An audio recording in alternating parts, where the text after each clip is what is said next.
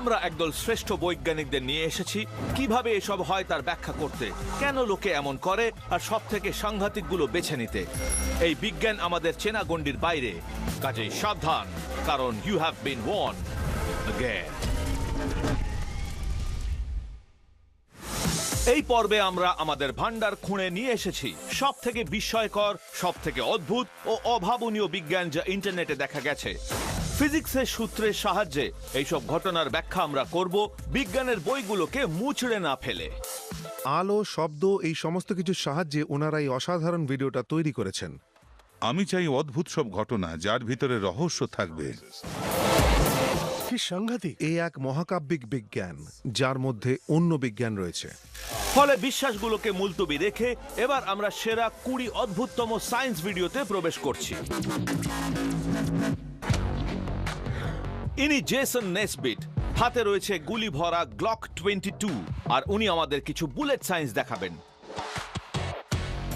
প্রথমে মনে হবে বুঝি বরফের সাথে এই পাগলটার কোনো শত্রুতা আছে, কিন্তু তারপর বুঝতে পারবেন আসলে উনি আমাদের দুর্দান্ত কিছুই দেখাতে চাইছেন। মিনেসোটা গান রেঞ্জে বহু বছর কাটানোর পর জেসন বুঝতে পারেন যদি -9 ডিগ্রি তাপমাত্রার বরফে কিছু গুলি ছোঁড়া যায় তাহলে অদ্ভুত কিছু ঘটবে। এই যে ওটা, ওই যে ওখানে, এইখানে গুলিটা ঘুরছে, দেখো। এটা তো একটা অদ্ভুত কাণ্ড। জেসন কি করে বুলেটটাকে একটা লাট্টু বানিয়ে ফেললেন? ব্যাপারটা হচ্ছে যে একটা বন্দুকের ব্যারেলের ভেতরটা রাইফেল থাকে, মানে এর ভেতরের খাঁজগুলো সর্পিলভাবে পেঁচানো থাকে, যার ফলে বুলেটটা ঘুরতে থাকে। ফলে যখন কোনো বন্দুক থেকে বুলেট ছোঁড়া হয়, দুটো জিনিস একসঙ্গে ঘটতে থাকে। একটা লিনিয়ার মোমেন্টাম ওটাকে সামনের দিকে নিয়ে যায়, আর একটা রোটেশনাল মোমেন্টাম বুলেটটাকে ঘোরাতে থাকে। বুলেটটা ধাক্কাকে ফিরে আসে মাটির কাছাকাছি, এতে ফরওয়ার্ড মোমেন্টামটা চলে যায়, আর তখন বুলেটটাতে খালি রোটেশনাল এনার্জি অবশিষ্ট থাকে। আর এখন এই এনার্জি ক্ষয় পেতে পারে একমাত্র ফ্রিকশনে, অবশ্যই বাতাসের ধাক্কায়। জেসনকে অভিবাদন এই বিচিত্র বুলেটটার জন্য, যেটা প্রমাণ করে দিল যে একটা আগ্নেয়াস্ত্র, একটা লাট্টুর মতো বুলেট আমাদের কত আনন্দ দিতে পারে। এটার কোনো ক্ষতি হয়নি। ঘুরন্ত একটা বুলেট থেকে যাব এমন এক জলের কাছে যে নিজেই জানে না কি করছে। 19 নম্বরে বিজ্ঞান চলে যাচ্ছে আকাশে। আমরা এখন ইটালিতে এসেছি, যেখানে আমরা উড়ছি দুনিয়ার একজন সেরা অ্যাক্রোবেটিক গ্লাইডার পাইলট লুকা বোটোজিওর সঙ্গে, আর পিছনের সিটে রয়েছেন ওনার বন্ধু খারিম জোরসেনি। খারিম ককপিটের ভেতরে রয়েছেন, দেখে বোঝাই মুশকিল যে এর মধ্যে অস্বাভাবিকতা কি আছে, যতক্ষণ না আপনি লক্ষ্য করছেন যে দিগন্তটা হঠাৎ উধাও হয়ে গেল, কারণ ওনারা আসলে বিমানটাকে গোল করে ঘোরাচ্ছেন। তাহলে জল কেন স্বাভাবিকভাবে পড়ছে? খারিম কি তাহলে কোনো ম্যাজিক ট্যাজিক জানেন যাতে মাধ্যাকর্ষণ শক্তি উধাও হয়ে যায়? আমরা সকলেই ছোটবেলায় এক বালতি জল ভরে সেটাকে গোল করে ঘুরিয়েছি। জল কিন্তু তখন বালতির ভেতরেই থেকে যেত। মাধ্যাকর্ষণ আমাদের নিচে টানে, জলটাকে মাধ্যাকর্ষণ টানছিল, কিন্তু আপনি যখন গোল হয়ে ঘুরবেন তখন ওখানে আরেকটা জি ফোর্স তৈরি হয়, সেটা একটা সেন্ট্রিপিটাল ফোর্স, আর ওই জি ফোর্সের শক্তি তখন মাধ্যাকর্ষণের থেকে বেশি হয়ে যায়। আমরা জলটাকে বোতলের মধ্যেই রাখতে পারি, বা লুকার ক্ষেত্রে উনি প্লেনটার মেঝেতেই থেকে যান, আর জলও মেঝের দিকে ঝরে পড়তে থাকে।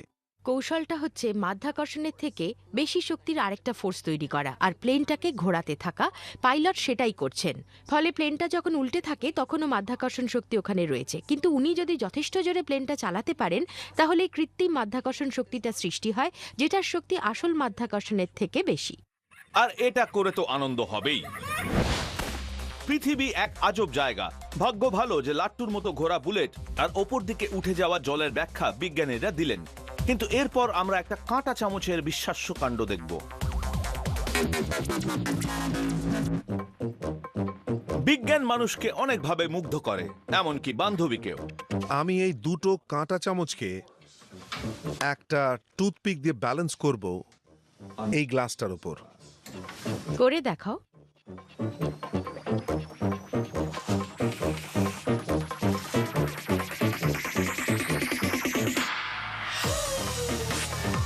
ফিজিসিস্ট হিসেবে আমি ডেটিংয়ে গিয়ে এই ধরনের সব খেলা দেখিয়ে ছেলেদের মুগ্ধ করতাম। মুগ্ধ তো হলাম, কিন্তু এই কৌশলটার পিছনে কি আছে? বিজ্ঞানের ব্যাখ্যাটা কি? এটা ম্যাজিকের মতো দেখতে, কিন্তু আসলে ফিজিক্স। এটা নির্ভর করে এর মধ্যে আপনি যে পিভটটা সৃষ্টি করছেন তার উপরে। একটা পিভট রয়েছে গ্লাসটার ধারে, আরেকটা পিভট আছে যেখানে কাঁটা দুটো মাঝখানে এসে মিলিত হয়েছে। ফলে এই দুটোর সমন্বয় আর কাঁটা দুটো নিচের দিকে ভারী হওয়ায় বা কাঁটার হাতলের দিকটা ভারী হওয়ায় পুরো জিনিসটা একটা চমৎকার ব্যালেন্স রাখতে পারছে। আমার মতে এটার সবথেকে আকর্ষণীয় জায়গাটা হচ্ছে টুথপিকটাকে পুড়িয়ে ফেলা। বেশিরভাগ মানুষই মনে করবেন এই দিকে জিনিসটাকে পুড়িয়ে ফেললে ওদিকের পুরো সিস্টেমটা খসে পড়বে, কিন্তু তা হয় না। তার কারণ হচ্ছে ওইটুকু একটা টুথপিক উল্টো দিকে কাঁটা চামচের তুলনায় এমনিতে কিছুই নয়। এটা করা যে কত সোজা তা দেখাতে আমরা সার্ডকে এটা করতে বলি। অপেক্ষা করছি।